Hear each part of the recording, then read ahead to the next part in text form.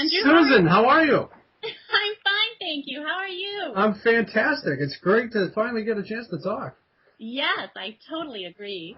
Well, let's start, I guess, with the introduction here. I was Sure. reading your website. It seems like you have quite the eclectic background. That's to say the least, right?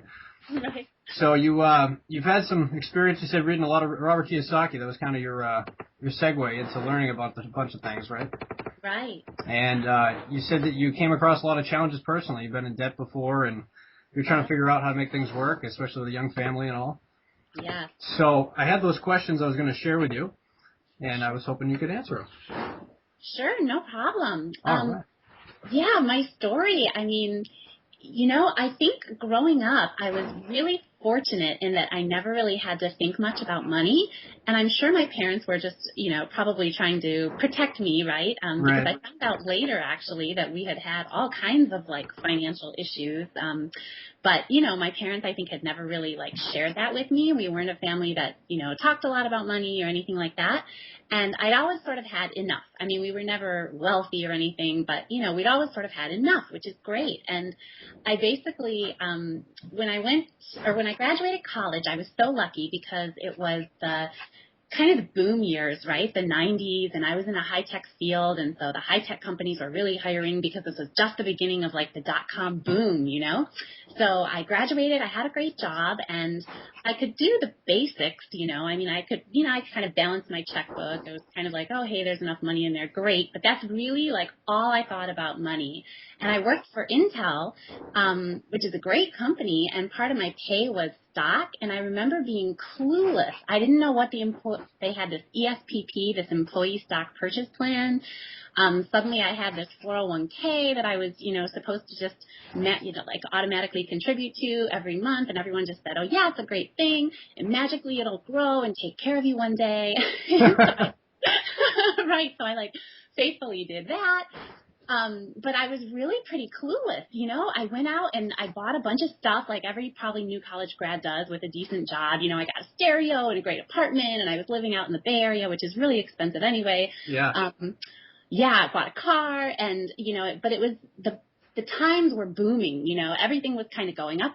This Intel stock that they had basically given me, was going up. Everything was up, and I just never really thought about it until one day when suddenly I started to notice, hey, my checking account seems to be going down, and wow, that Intel stock isn't doing so well. And, I finally, and then I was getting these calls from Pacific Bell, who was our telephone company out here.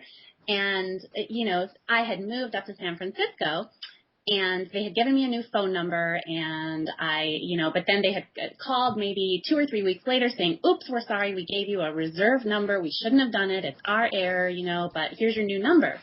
And apparently I had owed $40 or $47 or something on that original number.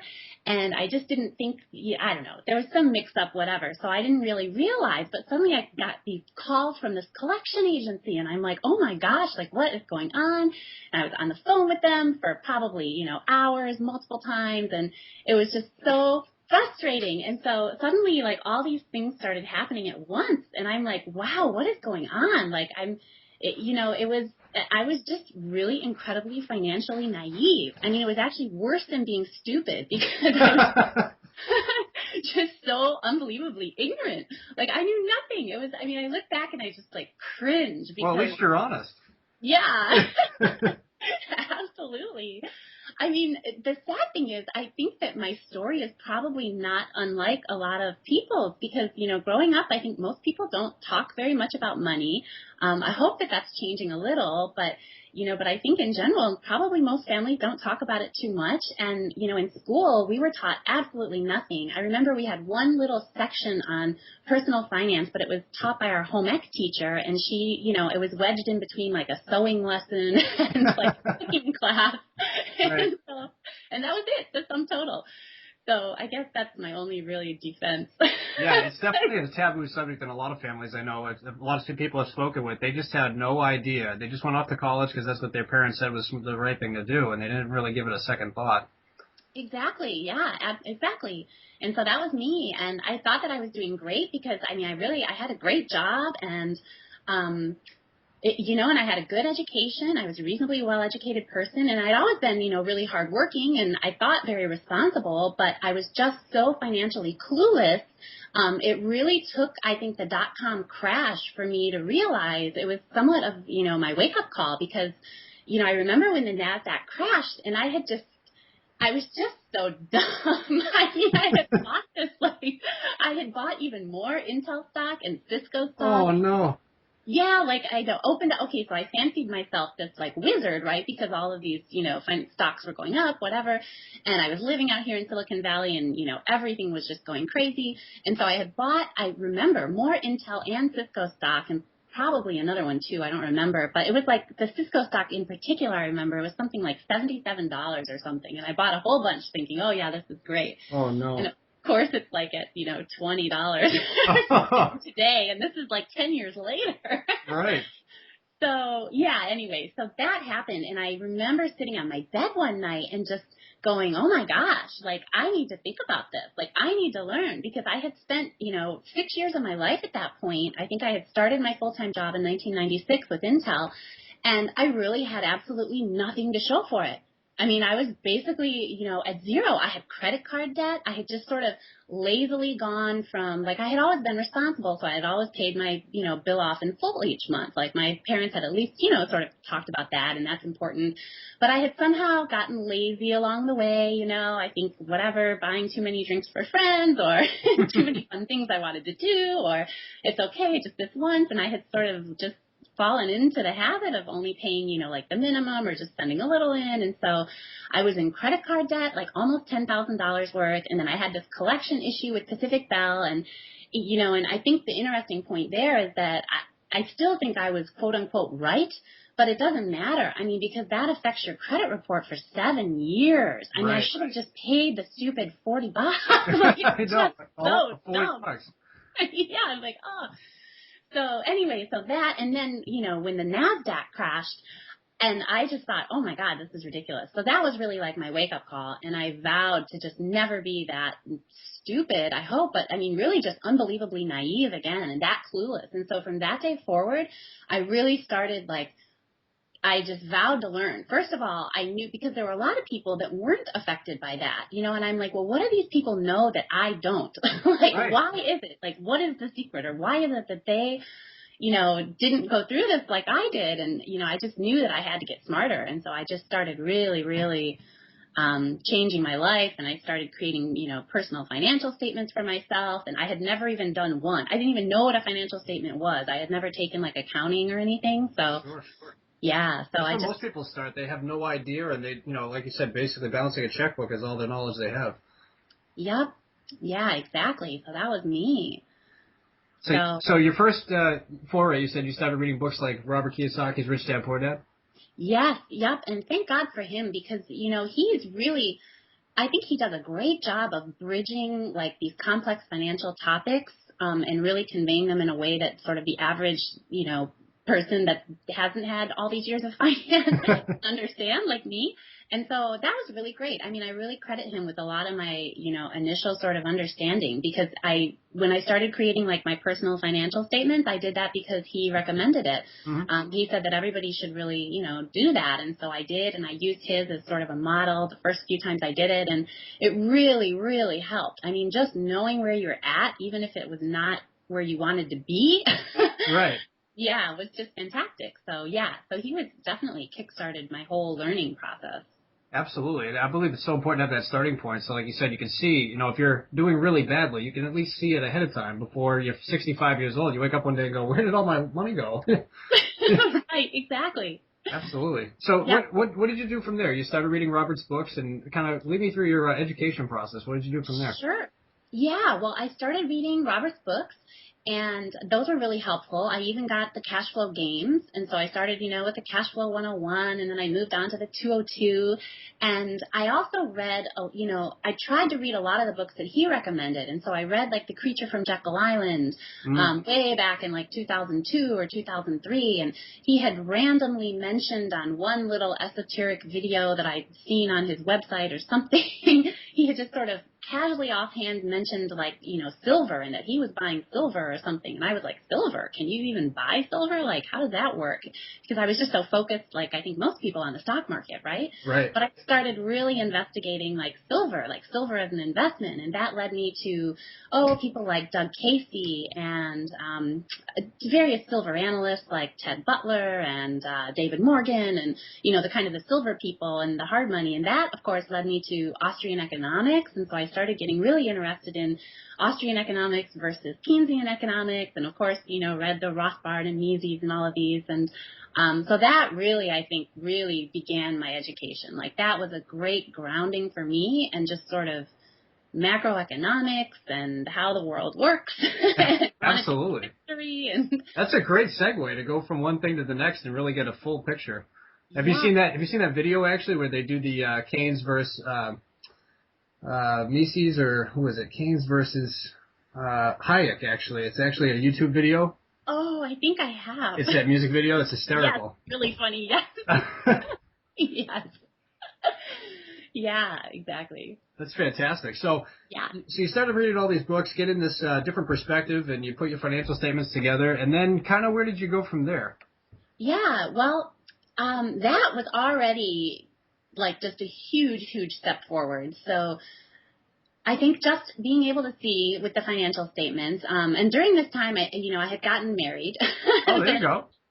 Yeah, in 2004. And so we sort of combined all of our stuff together and started looking at things. And at the time, we were still, contributing to 401ks and being responsible and, investing in the stock market and doing that. But I was starting to really kind of go down this path of Austrian economics. And so I really started buying a lot of physical silver and some gold too. But I think that really was kind of my first quote unquote alternative investment. Mm-hmm. And it happened to work out really well for me, which is great. And so I'm very grateful for that. But I remember at the time that I did it, like everybody thought I was crazy, right? I mean, nobody had even heard of this. And all my friends out here in Silicon Valley are like, all it is tech, right? It's tech, tech, tech. Right. And stock. And so it was just, I remember like everybody I had even like broached the subject to were just like, what? A coin shop? Oh yeah, I used to buy baseball cards there once. Right. Are those still around?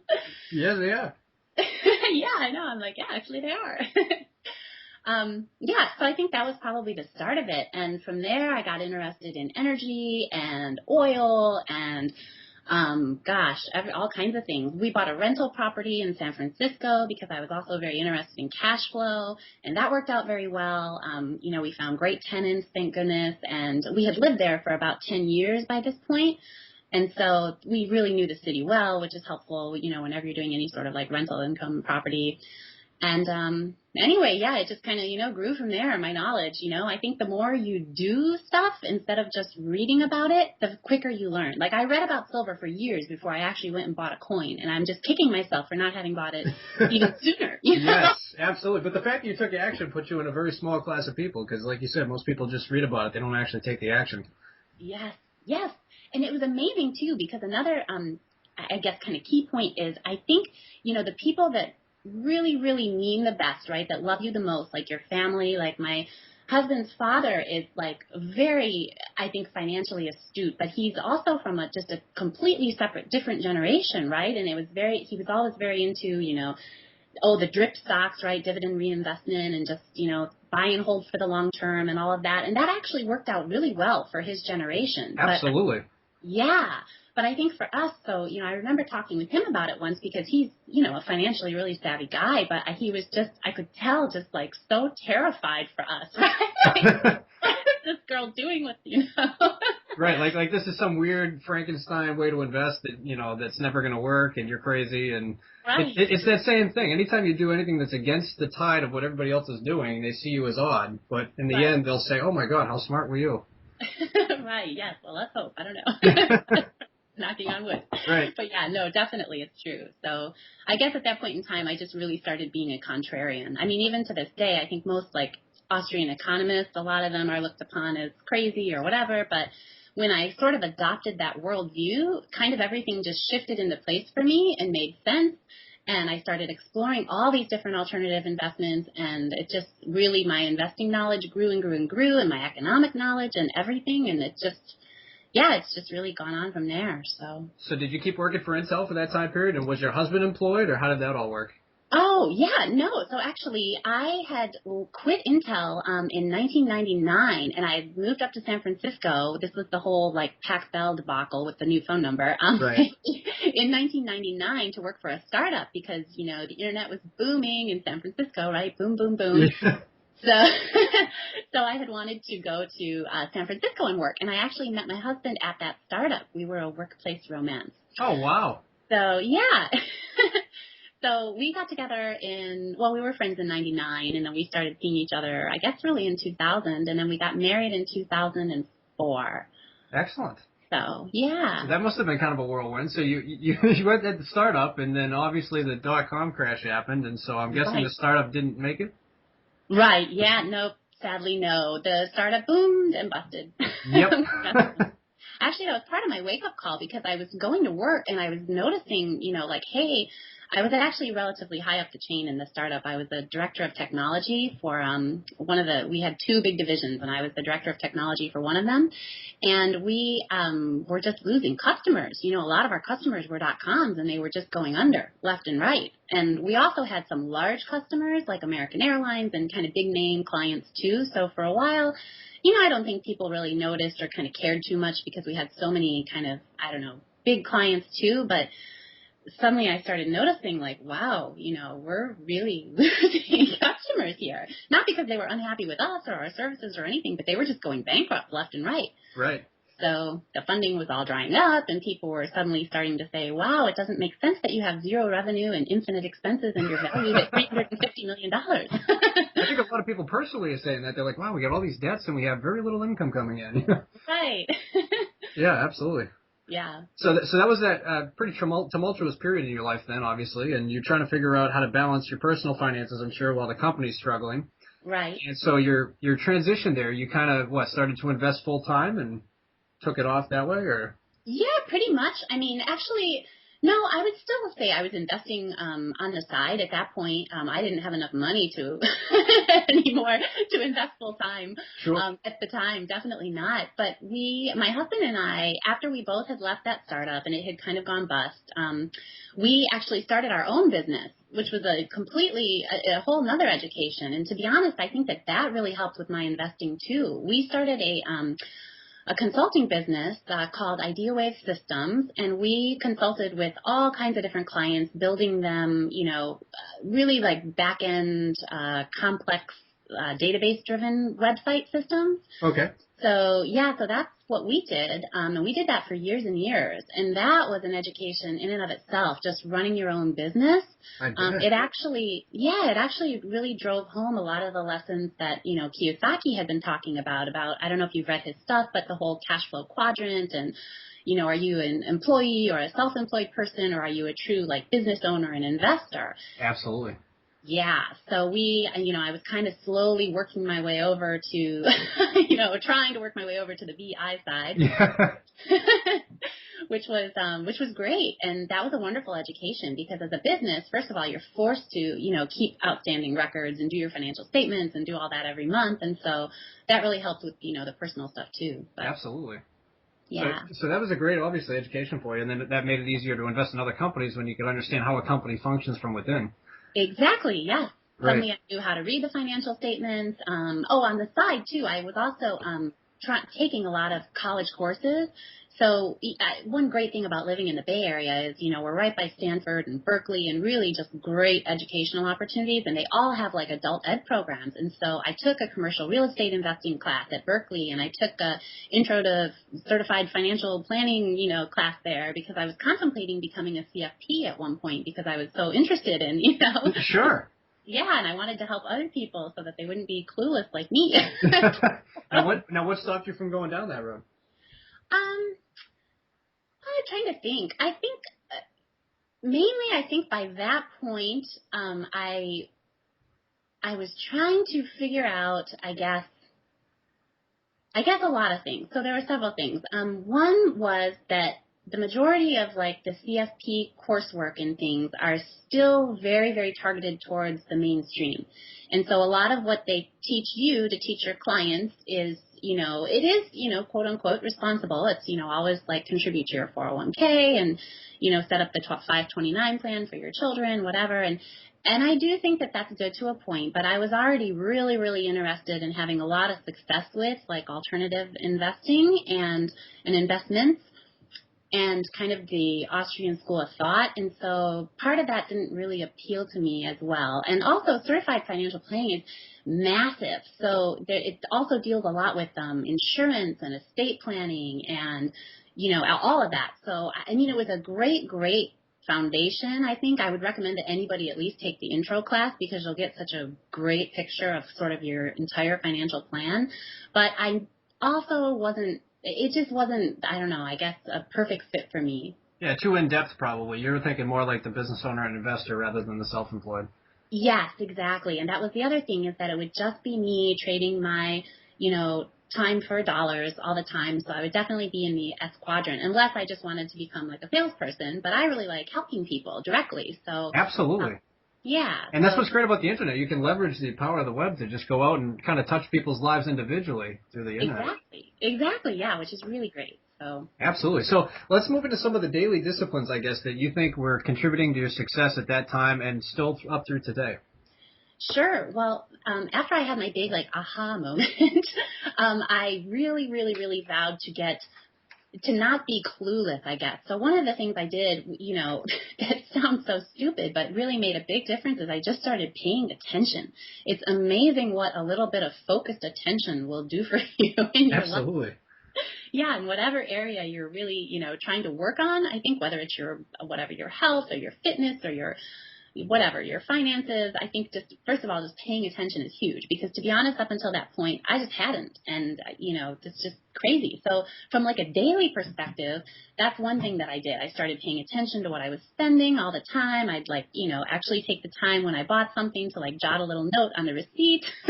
I checked my credit card balances, maybe not daily, but at least weekly. I made a commitment to read something financial every single day. And so I started out with just kind of reading, like the Wall Street Journal or even just like the finance section, the business section of like our local papers here, the Chronicle and the San Jose, or the Examiner and the Chronicle. But, now, over the years, you kind of like understand what those are telling you and you kind of progress. So now I'm reading Financial Times and Bloomberg and Zero Hedge and The Economist. And I remember the first time I tried to read The Economist, I didn't even know what it was saying, right? Yeah, I remember that too. I was going, this is really technical and it's all kind of written in British English. So. Yeah, exactly. And so you're trying to just sort of even decipher it. I mean, it took me probably an hour just to get through, the first couple articles. It's very dense, Very in-depth, right. Yeah. So, but now I can actually read The Economist and, understand most of it. So I'm like, great, but that happened over a period of many years. But I think it was that you were asking about daily disciplines. I think it's that commitment to kind of just trying to, learn a little more every day, read a little more every day. And I think that definitely helped. And the other big discipline was just, and I'm kind of like nailing this point home, but it was such a big breakthrough for me. It was the monthly financial statements. And that wasn't daily, but once a month I really did sit down and I drew us up a balance sheet and an income statement. And it's just great. And you can see every month. Absolutely. Now, did you get the help of a CPA for that, or did you just do that on your own? When I started out, I did it on my own, and I probably went and did that for a year or maybe even 2 years. But then as everything started getting more complicated and we got into more complicated investments and things, then now I have a CPA that does it, which is great. Excellent. And the first time I hired that person, it was really scary too. Just like everything, just like buying silver, just like whatever. But I was like, oh my gosh, I'm going to give this person all my passwords, and are they like really, are they really good? What if they don't do this? But, so you wouldn't recommend outsourcing it to India or anything? Yeah, maybe not. Depends on the person, I guess. But right. Yeah, because there's a lot of firms offering that service now, so Yeah. I don't know how I feel about that. Yeah, I'm not sure. I guess as long as you're comfortable and Yeah. done your due diligence, right? Right. Where they're located, but yeah, no, we just have a local person mainly just because it's easier, but Sure. Now, what was your greatest setback, do you feel like, in that time period? oh, let's see, good question. Um, Because it almost sounds like things went so well. I mean, you had this business going. I'm assuming it was profitable at the time. You had the yeah, investments going on and the real estate on the side, plus you were learning at the University of California, Berkeley there, right. those college classes. So I'm assuming that things were kind of just chugging along. You were doing well. Your husband was doing well as well. And Yeah. so you're kind of moving through, but there had to be some sort of setback where all of a sudden you had to get another learning opportunity. Oh gosh, yeah, I've had a lot of those. I don't know that I could pull out one that's sort of like the greatest setback. I mean, I can't like knock on wood. God, thank goodness I can't think of anything like horribly traumatic that just, rocked our whole world. Nothing like that. Okay. I think I've just had a lot of like little setbacks. So one of the first times I bought a lot of silver, so more than just a little bit when I was starting out, but I remember I bought it. I think I probably wrote about this on my website, but I bought it. And it was like, it's something like $19. And I think I was so excited because I had bought my, first chunk at like $10 or something. And here it was at 19. And I was really like, and I knew I was convinced in the long-term trend. So I at least got the trend right. But I remember when I bought that, I didn't really know to check, or I didn't check the technical charts before I bought it. And Yes. yeah, and I'm seeing this happen to a lot of people, yeah. yes, and so I was the absolute opposite of like buy the dips, right? I just Right. ignorant of the technical charts and just as complete fundamentalist, like, yes, I believe in silver for all these reasons, and I'd done all my research, and I was convinced, and I was right. But because I didn't check the technical charts, I mean, it went down to, I think, like $15 or something before finally coming back up to 19 over the next, like, maybe 8 or 9 months. And so that was sort of painful watching all that. And of course, I had invested a lot more because it wasn't the first time I'd bought silver, so that was, I mean, I remember, but it was just another learning experience, right? I mean, thank God I held on and I'm happy and, now it's over 30 or whatever. But I remember at the time going, oh my gosh. And my husband was like, what? But he was actually really supportive. In fact, he bought some in his IRA. Excellent. And it hit 15. So that was good. There you but go. I can't count that because that was him. So At least you work together. That's fantastic. I know a lot of people that had bought in at, the 19 level or somewhere in that vicinity, and then it went up, and other people waited, and they said, oh, I'm not sure. I got to get my homework figured out, see if this is what I really want to do. And by the time they bought, it was at 41. oh, yeah. Ouch. And it's, Right. then they saw it go to 49, and they got all excited, and now it's back to 30, and they're like, wait a minute. Right. What just happened? How did I lose out? And like you said, it's that whole idea that you can get the trend right fundamentally, but technically you might be at the wrong period of time. And I think that's what a lot of people are starting to wake up to now. They're first identifying that fundamentally the stock market, at least for a lot of times, is not the best place to be. Right. And yeah. now they're going, okay, but technically financially I'm making the best move fundamentally, but now I got to figure out when's the best time to buy. So I think you're totally right. Fundamentals is really what to buy, and then the technicals is when to buy. Exactly. Yep, Right. exactly. I have not made that mistake again, so that's good. Excellent. So you didn't really have any huge setbacks, but how about some of the turning points then for the positive? I remember that you said that you had waded to the depths of 2009.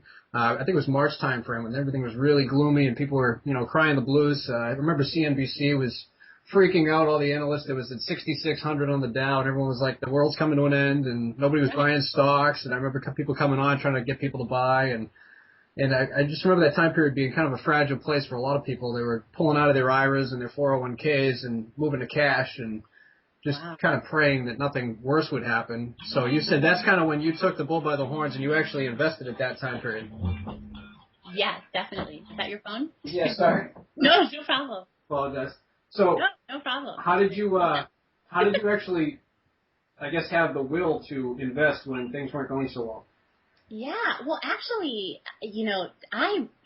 maybe this is just me, but I tend to get excited, like, when things aren't going so well. I mean, as far as, like, a time to buy, because, especially, I guess this is more analogous to the recent, financial crisis, 2007, 2008, the bottoming in 2009. At that point, I was actually really excited because I had had all these years of learning up until then.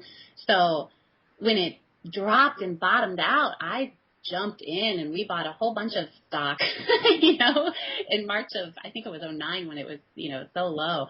So that was really great. And I don't know what I'm trying to think. I think the difference, because obviously I didn't do that in the dot-com. In the dot-com, I had no money to buy anything with because it had already crashed and all my money was in it. Right.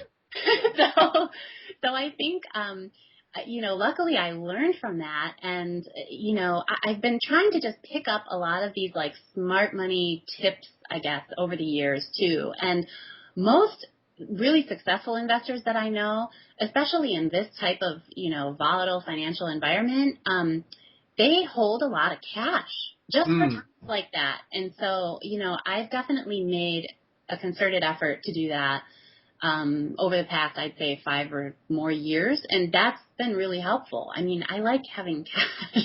Absolutely. I don't know if you've actually had a chance to see Michael Masterson's Early to Rise. Yeah. Oh, yeah. Okay. And if you've subscribed to the Palm Beach letter, I'm not sure if you're a subscriber or not, but he does have he talks about that bucket strategy where he says that, you should have, 25% in cash basically at all times. Yes, absolutely. Yep. Excellent I'm a point. believer in that. Yes. So I guess along those lines, what's some of the best advice you've ever gotten with all the people that you know? Sure. Oh, boy. Well, actually, you bring up Early to Rise. One of the best pieces of advice I've ever gotten is from Craig Ballantyne, who's, I guess, the new Michael Masterson. But he's always just never, ever, ever, ever, ever give up.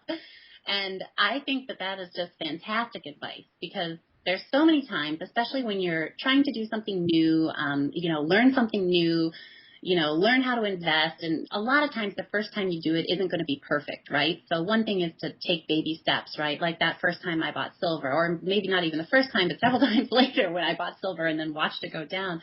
And you're not going to feel perfect about it. But if you just quit, or if I would have just said, oh, well, I screwed up and like sold out of it or something, you just never would realize the full potential. And so I think that that's just really powerful advice, no matter what you're doing, whether you're trying to start a business or anything, right? Or lose weight. I think Craig's a big fitness guy and, so he works with a lot of people trying to, become much more fit. And, everybody slips up from time to time or, whoops, I didn't have time to exercise that day or whatever. But you can't just say, oh, well, therefore I'm a failure, so I'm not going to ever exercise again. I think a lot of people do that, though. They beat themselves up all the time. Yeah, yes, absolutely. So that's actually fantastic advice. So I thank Craig for that because I say that to myself all the time, whether I'm investing or whatever it is. That's fantastic. Never give up. I mean, it's so simple, but it really does make sense. Yeah, exactly. It really does. Other advice. Steve, now I'm going to murder his last name, but he writes for Stansberry and Associates, Sugarrood, maybe? Yes, yep. He has taught me the benefit of using trailing stops, some of these sort of basic smart money strategies or advice, right? And that's just so powerful. I mean, you really limit your losses if you can just implement some of these really simple techniques. Like if I had used a trailing stop, if I had even known what one was when the NASDAQ crashed, I mean, I would have lost so much less money, because you can set that obviously at 15% or 25% or whatever you're comfortable with. But right. So that's been, I think, a great piece of advice. Robert Kiyosaki's basic stuff, just the whole cash flow quadrant, I think that is a beautiful way of looking at the world. From an investor standpoint or for someone who wants to build wealth, I think he's dead on correct. I think that investors and business owners definitely have way more tax advantages than do employees and self-employed people. So just trying to strategize my life around that aspect has been, I think, really beneficial. Absolutely. The whole your house is not an asset, he came up with that too before it was, everybody like laughed at him basically, right? Because real estate was booming in 2004 to 2006, Right. Here's Robert Kiyosaki going, your house is not an asset, Right. This guy's crazy. But just understanding cash flow is just huge. I think a lot of people are really coming to grips with that, saying, okay, it makes sense now. If something's going to pay me, then it's a wonderful thing. If it's not, I got to be careful. Yeah, exactly. So I guess along that line, then, what are some of the other mentors? You've listed a few here. So Craig Ballantyne, Steve Sugarrood, Robert Kiyosaki. What are some of the other names that have really stuck out and left an impression on you?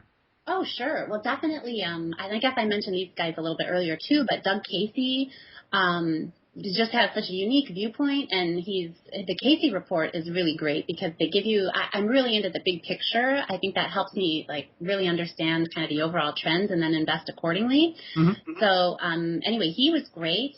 Chris Weber, is a great investor. Who else? Matt Smith now, who I met a couple times, he's Craig's partner in Early to Rise, and he's just a really strategic businessman and a really, becoming a good friend, which is great. He's definitely a good mentor. Trying to think. Those are who comes to mind right now, but I'm sure there are more. That's a great list. So obviously you subscribe to several different publications you were talking about. What are some of the ones that have helped you to formulate your investing strategy?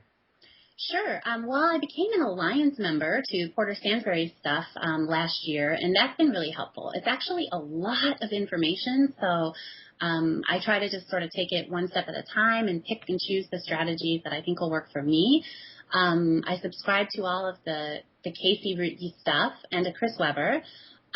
Richard Russell, he's another great one. I mean, he's, 80 something now, and he's just been around so long and has such a great perspective on the markets. And, I don't always agree with everything he says, but it's so great to read his stuff. I do subscribe to the Palm Beach Letter. I particularly like it when Mark Ford writes it, his letters from the cigar bar or whatever, because I think he's got a great perspective too. Much more like my own, where it's more on building wealth than like buy this specific stock this month. Right, exactly. I think for a lot of us younger people, it's really helpful to see that because he's thinking about the long term. Yes. Okay. Well, those are fantastic resources. We appreciate you sharing that. Yeah, of course. So I guess if you'd have to go back and start all over again, I know it's tough to think about that, but if you did, what would you do differently? Oh, boy. I think I would start attending live events earlier because my investing really skyrocketed. You kind of go through these leaps and, I don't know what you want to call them. It's almost like a stair step, right? Where you learn something new and then you progress, and then it's, you kind of plateau for a little bit and then you learn something again and then you progress. And there's been a few of those things like discovering Austrian economics and et cetera, or reading Robert Kiyosaki and doing my own financial statements that have really like caused me to leap forward in my progress. And the latest thing, and this is within the past, I'd say 3 years, has been that I've really started to make an effort to go out and connect and meet other investors. So I go to the San Francisco Hard Assets Conference. I go to the Casey conferences. We went down to Argentina and met a lot of people down there. And we went to Chile and checked out, Sovereign Man's resilient community down there and talked with a lot of other investors. And doing those types of things is just, I can't even explain it. It's just so invaluable because suddenly you have, they say you are your friends, right? And absolutely. And it's really great to network with other people that are also interested in investing and making money because you share ideas, you learn about private placement opportunities, you talk about things that your kind of quote unquote day-to-day normal friends maybe just think you're crazy for, my friend just bought a farm in Uruguay and it's, productive and here's how he did it and here's how he set up his entity. And to me, that's like so exciting, right? But right. My day-to-day friends are just like, what? They're like, you want to go to the bar, get a beer? Yeah, right. So I think making an effort to attend those types of live conferences, or even if it's just a local, investing group, right? Like a local real estate investors group, or we have a Silicon Valley options club, so for people that like to trade options, or all of those are so great because you really broaden your circle. And all of those people that know about great opportunities, or they know great CPAs that can help you do your statements, or they know, that type of thing. So I think that would be the big thing that I would do sooner. I would do that much sooner. Absolutely. So how about the people then that you think that might live in, let's say, less affluent markets, or they're not close to a major city? What do you think people like that maybe they're out in the countryside, or they live in a state that doesn't really have a lot of concentration of active investors? What would you say to people like that? At that point, I guess I would definitely say to go online because, the internet is becoming, I think, much more of a community. And, here, like you and I are talking, and I'm not actually, where are you from? Where are you right now? I'm actually in New Hampshire. Oh, New Hampshire. See, there you go. And I'm in California, and yet we're having this conversation, and we found each other really online. We did. And, yeah, which is great. And so I think I think people should definitely, use the internet. It's such a great resource. It's free. There's now so much free information out there, which is wonderful. And I would just go on and find a mentor, right? Because there are people out there now, thankfully, like you and me, I'm trying anyway to, who are really trying to help people, like, form a community and form these, sort of online groups if you're not able to go to one in person. So, yeah. Absolutely. And I don't want to plug your website, but I have to say, if anybody can go to kungfufinance.com, Susan does a fantastic job on her blog of laying out really her story in depth, actually, if you go to her About page, and also kind of gives you some heads up in some of her articles. So if you haven't had a chance, definitely check out kungfufinance.com. Oh, thank you. Yeah, I just had to add that in there because it's a fantastic site. You've done a wonderful job with it, and I think a lot of people are afraid to take the first jump and actually put something out there, and I give you a lot of credit for doing that. It's not easy to put yourself on the map and kind of stick your neck out there to try to help people. So. Thank you. Yes. Well, you as well. So, yes, but thank you. I love what you're doing, so it's great. Well, thank you so much. I appreciate you helping out. Yeah. So I guess, how about the emotional side, Susan? I just want to touch on that quickly. How do you go about keeping in charge of your emotions during this whole investing process? Because as we talked about, the stock market goes up and down, silver goes up and down, and so you kind of have these little fleets of excitement, and then all of a sudden you might have like a bad period where you feel not so excited. So how do you kind of weather those ups and downs emotionally? Sure. I think for me, the biggest test that I use is kind of what I call the sleep at night factor. So if I am in some sort of position that is causing me to really like lose sleep at night, then I know that position is way too big for me. Right? For that, whatever that investment is. Absolutely. And so that's something that I really try to manage. And I try my best to take as much emotion out of it as I can. And I'm not always perfect, but, now when I get into an investment, I ask all the kind of the questions that I was way too clueless to ask 10 years ago. So I really think about what is it that I want to get out of this investment? What will I be happy with? What will I be thrilled with? What is my exit strategy? What am I going to do if it goes down 15% tomorrow? Is that going to cause me to sell? Should I set the trailing stop at, 15% or 25% or whatever it is? And et cetera, et cetera. So depending on what the investment is, I really try to go into it with kind of clearly defined goals and an exit strategy in place. And that really helps me a lot. But it's kind of funny. Like we sold, my husband works for a high-tech company now, and he gets paid in part anyway, sometimes by options. And so we had sold some of his stock, and, you're always trying to get the exact best price, So right. I put in a limit order, of course, saying, like, this is the price I will accept. And I was checking all the time, the limit order, did it hit it? Did it hit it? And I finally just had to, like, turn off my phone, leave my phone at home, leave the house, it's just. Yeah, and that's the downside to technology today. You could really almost have a neuroses about it and just follow everything with your phone. Right, exactly. So I think you have to, one thing I talk about a lot, I guess, is sort of gaming my system because self-discipline is just hard, right? It just really is. It's something I think you have to continually work on, and Craig is really great at that, but me, not so much. That's what I love about you. I was reading some of your posts, and you're so down to earth. You're like, you're not going to do it perfectly every time, so kind of plan around that. And it's like, you're just really down to earth about it. I think a lot of people can relate to that. Yeah, well, thanks. But, so definitely. So I have to totally, like, game my system so that I can't not do it, Right.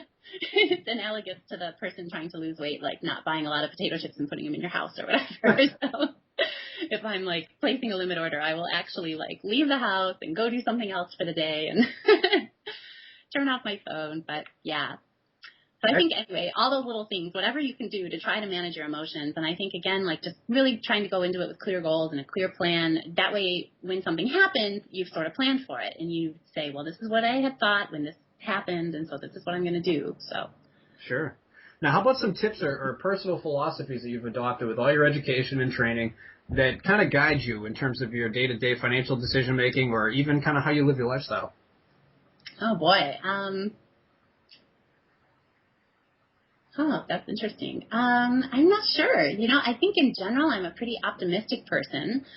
So I try to, right now, especially in the markets, there's so much gloom and doom. My husband calls it FUD, fear, uncertainty, and I forgot something else. Yep. But I think that I try to sort of just cut down the noise. I don't watch a lot of TV other than CNBC and Bloomberg. And even that, it's normally on mute. I try to get my news from other sources. Sure. And, boy, what else? I'm not sure. So Craig had written this great article in Early to Rise, ETR, on his rules. And I tried to, write something similar for myself. And so, I guess those are really like my guiding rules for my life. I don't know that they're, these great takeaways for other people, but they're things that have worked well, I guess, for me in my life. And I'm still kind of learning as I go, too. Kind of like Bruce Lee, he always considered himself a student master, right? Right. The master is such when you close the casket. And so I think really the kind of continual learning is key for me. Like every day I continue to try to learn more, something new that I didn't know the day before. And yeah, I'm not sure if that's great words of wisdom for you. Well, that's certainly a great start. I was kind of thinking along the lines of, I've read some people's stories, and they'll say things like, don't buy something if you can rent it. So like a boat or jet ski, things like that. So I was kind of seeing if you had any insights into that kind of philosophy. Yeah. Well, oh boy. So definitely things like consumer items like boats and things. Yeah, that's a really tricky because it gets down to your individual circumstances. In general, though, I would definitely say never take on debt for that because that's just bad debt. So if you want to buy a boat, great, pay for it with cash because you've got a lot of cash and that's something that you really love. And or, like you said, rent it.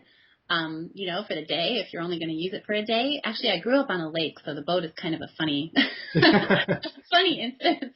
We have a boat, and I have to tell you, the boat is wonderful, and it's, we love it for 3 months every year. It is the best thing that's ever happened to us, and for the other 9 months of the year, it is a pain in the neck because you have to pay to store the boat and you have to pay to, winterize it and you have to pay to get it, taken away from your dock and put the dock back in the water and take the boat back. So anyway, it's the whole process, insurance on the boat, right? And the gas for the boat's really expensive. Anyway, so it's, that's tricky. Unless you live on a lake, I'd say rent the boat. There you go. Yeah, but no, in general, I think the big thing that people always talk about now is housing. And so as far as renting versus owning your own home, I think, again, that's a really personal decision. We're actually renting right now because we just moved down from San Francisco about a year ago, and we're in Palo Alto, which is contrary to the entire rest of the United States. They're still going through a real estate boom here. We have a lot of local companies that are going IPO, Facebook being, the most well-known one. Right. But so it really pushes prices really, really high. And a home, I think everyone's learned in the past few years, is definitely not a quote-unquote investment. It's a big expense. Absolutely. So until we're positive that we're going to stay here for 7 years or more, which we're not, or even 5 years, I think we're going to rent for a while until we get to know the neighborhoods and, until we really know for sure that this is the place we're going to stay for a long time. That makes a lot of sense. I know Robert Kiyosaki's got some colleagues of his that said, hey, now's the time to rent, even if you're in a position to buy. Now really, if you can rent because you have the flexibility and the freedom, he said you're much better off to do that now. Yeah, I think, flexibility and freedom, there's a lot to be said for that. I think actually rental real estate in some areas of the country is a great buy right now because if you can get the loan, right? Right. But because the prices are so great and, a lot of people are renting. So if, you're thinking of the rental real estate, there's actually some great deals out there now. So that could be interesting too. But yeah, as far as like your own place to live, we're pretty happy renting right now. Well, that is very insightful. We thank you for sharing that. Sure. So how about anything else, Susan, that you can think of that you may want to share with somebody that's just getting started? Or I know a lot of my readers are people that are in student loan debt. I'm sure you have a lot that are in the same boat, even if they're in their 40s or 50s. I know a lot of people going back to school. They think they need to get retrained, and they're just not finding the return on investment I think a lot of them had hoped for. So what do you think for people in that type of position that you could offer to them for some wisdom? Yeah, boy, it's really difficult, I think, with the student loan debt. That's just a big problem that we have in America today, especially because it's not forgiven. And that's really tough for people starting out. And to be honest, my best advice to those people would be to really cultivate your entrepreneurial skills, honestly, because, there's so much abundance out there in the world, and there are so many opportunities to make money. But I think that a lot of those opportunities are not found in these traditional sort of jobs anymore. I mean, those are there too, for the lucky few that can find them. But I think particularly for people graduating from college right now, those jobs are few and far between. And so, but there's so much opportunity out there, right? And especially, with the internet, you don't even need to invest very much money up front to really, create some sort of interesting business that creates value for a lot of people. So I guess my advice would just be, try to think entrepreneurially, see what sort of problems you can solve for other people, because if you can do that, you will never have to worry about money again. And I think you just said the right thing. Focus on helping other people with their problems. I think so many people get out of college and they chase money instead of chasing help in terms of guiding people into something. And I think that's a huge distinction you just made. Right. Absolutely. So, I mean, look at your blog. I mean, I'm looking at it right now. You did a fantastic job with it, and you said you didn't really get started with that much investment, right? Right. Yeah, no, not at all. Oh, my goodness. So you just used what, WordPress as your platform? Yep, just WordPress. And actually, I'm hoping to look at it myself. We're actually moving servers for the first time this weekend. Very exciting. Nice. I'm wondering how it's going to look. But yeah, no, to start off, it's WordPress. It's I hosted at a place called Host Monster. I've actually heard HostGator is supposed to be better. I think they offer more, different packages and things where you can get dedicated servers, etc. But yeah, and it's very, very, very, very inexpensive. And WordPress is free, so right. Yeah. That is fantastic. Now, so somebody that wanted to start, let's say, their own online business with a blog or something, you'd recommend they use that platform and get themselves a cheap host. And did you do all the design work yourself? I mean, kind of shed some light. Is it easy for somebody to do that? I did. There's a quick caveat though that is somewhat of my background, working for Intel and then for that startup and then having our own sort of web business for years and years. However, it's really easy, and what's even better is because it's so easy, there are so many other people that will do that for you very, very, very, very cheaply now. So I did do all the design myself. Other than my logo, I had that crowdsourced at 99designs. .com, and they did a great job. It was like a logo contest, and so I had hundreds of designers competing, to kind of like do my logo, which was great. And that's again 99designs.com. And let's see, but yeah, I used the Thesis theme on a WordPress site. I think Thesis was maybe like $97 or something, one-time fee. Don't quote me on that. Remember, but it wasn't a lot. And if you go to like an Elance or an Odesk or even to Fiverr, it's Fiverr. They have, there's people there that will set up your WordPress site for you for $5. Wow. So it's really not hard. That's fantastic. So that just goes to show the listeners that they really can do a lot with a little if they just put their mind to it. Yes, exactly. Yep. It just takes hard work and commitment, Really, it's all about the content. So you have to be, willing to provide some value to people, right? But other than that, yeah, financially speaking, it's not expensive at all. Absolutely. Yeah. Well, Susan, it has been an absolute pleasure talking to you today. Again, this is Susan from KungFuFinance.com. We definitely recommend you check out her site. She's got fantastic articles about everything under the sun related to finances. Definitely take a peek at her Who is Kung Fu Girl site. She is very open and honest on her page about what her background is and kind of shed some light on what she's been through and what her journey was. So definitely take a peek at that. And we'll hope to talk to you all again another time sometime soon. Great. All right. Thank you so much, Andrew.